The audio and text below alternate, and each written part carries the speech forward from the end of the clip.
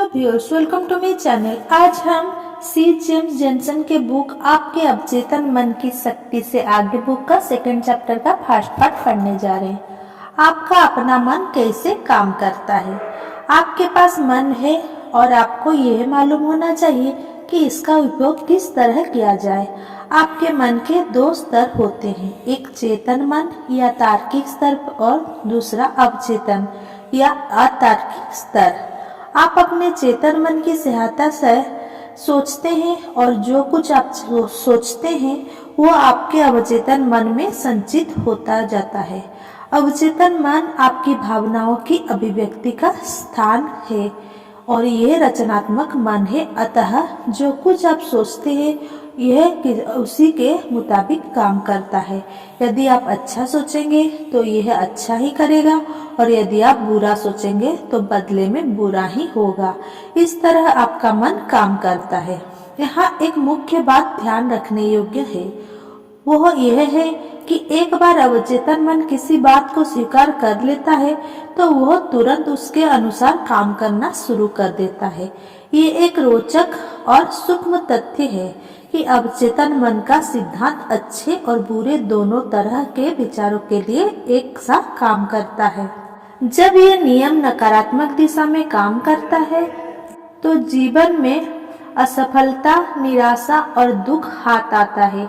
जो भी हो, जब आप रचनात्मक और सुसंगत तरीके से सोचने की आदी हो जाते हैं तो आप जीवन में स्वास्थ्य, सफलता और समृद्धि का अनुभव करते हैं। जब आप सही दिशा में सोचना शुरू करते हैं तो मानसिक शांति और स्वास्थ्य लाभ मिलना तय है। आप जो भी सोचते हैं, जिसे पाने की इच्छा करते हैं, आपका अवचेतन मन उसे स्वीकार करता है और उसे वास्तविकता में लाकर आपका अनुभव बनाता है। आपको केवल इतना करना है कि अपने अवचेतन मन को उस विचार को स्वीकार करने के लिए बाध्य करें। फिर अवचेतन का सिद्धांत स्वयं ही उसे आगे ले जाएगा और आपको स्वास्थ्य, शांति, पद आदि का लाभ देगा। आप आदेश या आज्ञा देते हैं और आपका अवचेतन मन विश्वसनीय रूप से उस विचार को सच करने में जुट जाता है। आपके मन का सिद्धांत कहता है कि आपके चेतन मन में जिस प्रकार के विचार होंगे, आपका अवचेतन मन उसी के अनुरूप व्यवहार करेगा, प्रतिक्रिया देगा। मनोवैज्ञानिक और मनोचिकित्सक स्पष्ट करते हैं कि जब विचार अवचेतन मन की ओर भेजे जाते हैं तो मस्तिष्क की कोशिकाओं में उनकी छाप बन जाती है। जैसे ही आपका अवचेतन मन किसी विचार को ग्रहण कर लेता है, ये उस पर तुरंत काम करना शुरू कर देता है। ये विचारों के समूहन द्वारा काम करता है और आपके द्वारा जीवन भर इकट्ठे किए गए ज्ञान को इस विचार को साकार करने के लिए प्रयोग में लाता है। ये आपके अंदर की शक्ति, ऊर्जा और बुद्धि का प्रयोग करता है। ये अपने रास्ते बनाने के लिए प्रकृति के सारे नियमों को पंक्तिबद्ध कर देता है। कभी कभी यह आपकी कठिनाइयों का समाधान तुरंत कर देता है, मगर कई बार इसमें दिन, सप्ताह या इससे भी अधिक समय लग जाता है। चेतन और अवचेतन मन का विभाजन। आपको याद होगा कि हमारे शरीर में वास्तव में दो मन नहीं होते, वरन एक ही मन को अपने उनके कार्य के आधार पर अलग अलग गोलार्धों में बांटा जाता है। आपका चेतन मन तार्किक मन होता है। ये मन का वह चरण है जो जीवन में चुनाव करता है। जैसे आप किसी पुस्तक को पढ़ने के लिए चुनते हैं, अपना घर, जीवन साथी चुनते हैं, आप अपने चेतन मन की सहायता से सारे निर्णय लेते हैं। और दूसरी तरफ कुछ क्रियाएं, जैसे आपके दिल का धड़कना, पाचन, रक्त प्रवाह आदि पर आपके चेतन मन का नियंत्रण नहीं होता। इन क्रियाओं को आप चुनते नहीं मगर ये फिर भी होता रहता है। ये क्रियाएं आपके अवचेतन मन के द्वारा होती है और आपके चेतन मन के नियंत्रण से दूर होती है।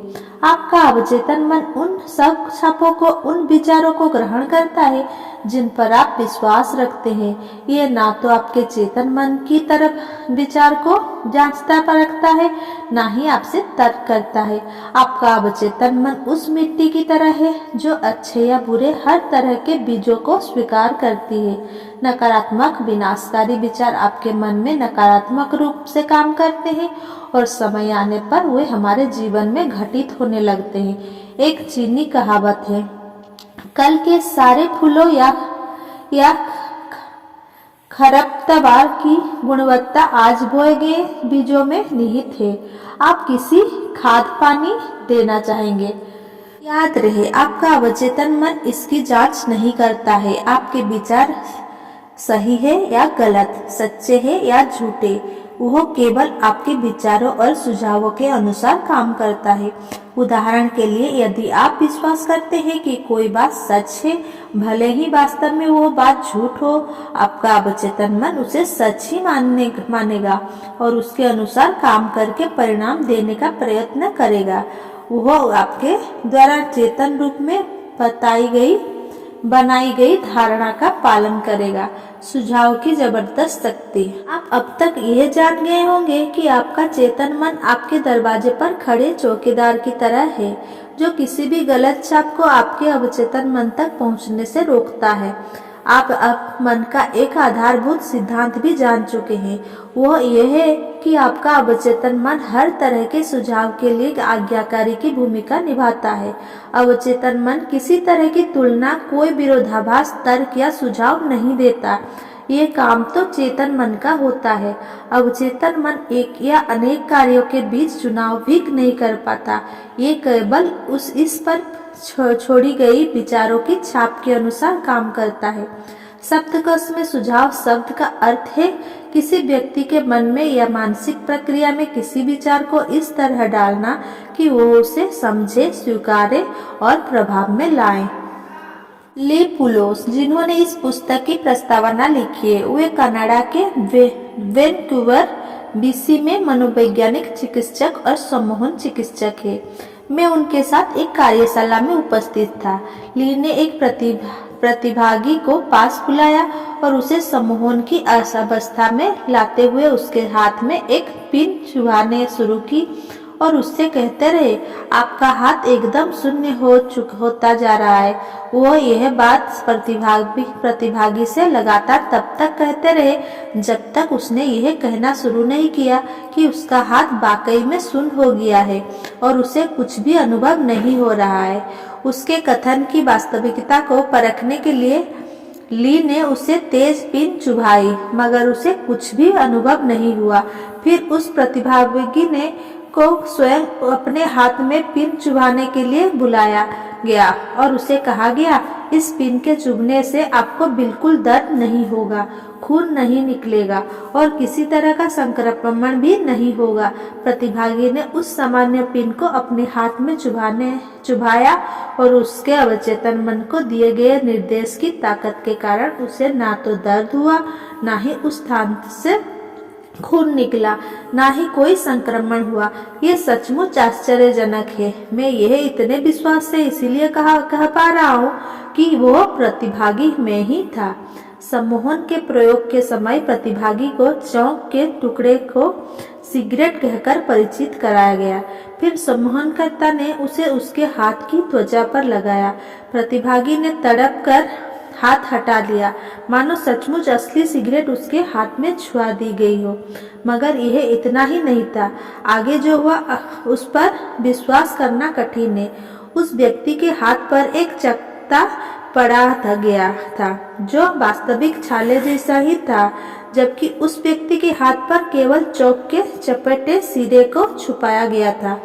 आप में से कई लोग ने आग पर चलते लोगों को देखा होगा।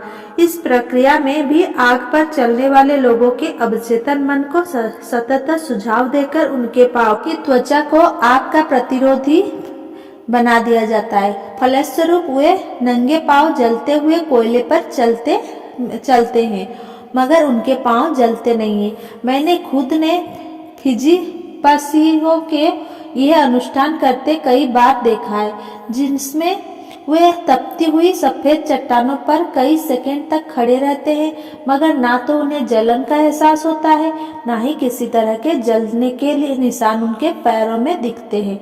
इसी संदर्भ में अपवाद के रूप में यह भी देखने के में आया है कि इस प्रक्रिया में किसी प्रतिभागी को वास्तव में जलन का अनुभव हुआ और पैरों में छाल भी आ गए।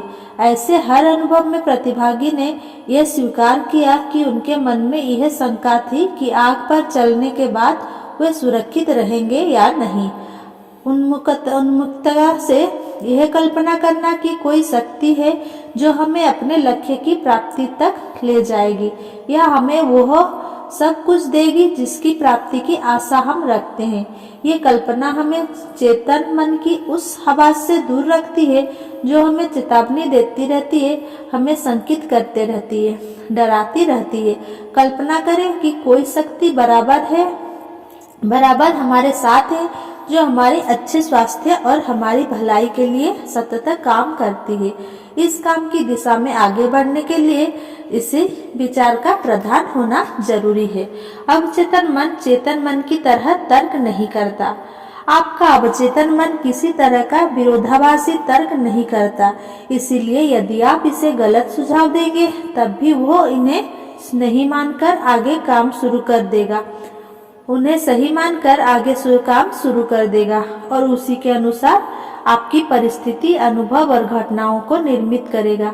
आपके साथ जो भी घटा है वो केवल आपके विश्वास और धारणाओं के माध्यम से अवचेतन मन पर पड़ी छाप की प्रतिक्रिया है। इससे बाहर आने की सटीक विधि है चेतन मन में सतत रचनात्मक सुसंगत विचारों को स्थान देना, जिन्हें आपका अवचेतन मन ग्रहण करता है। अर्थात आपके अवचेतन मन के लिए अच्छे विचार करने की आदत को जीवन में स्थान देना ही एकमात्र उपाय है। Thanks for watching. Please like, comment, share and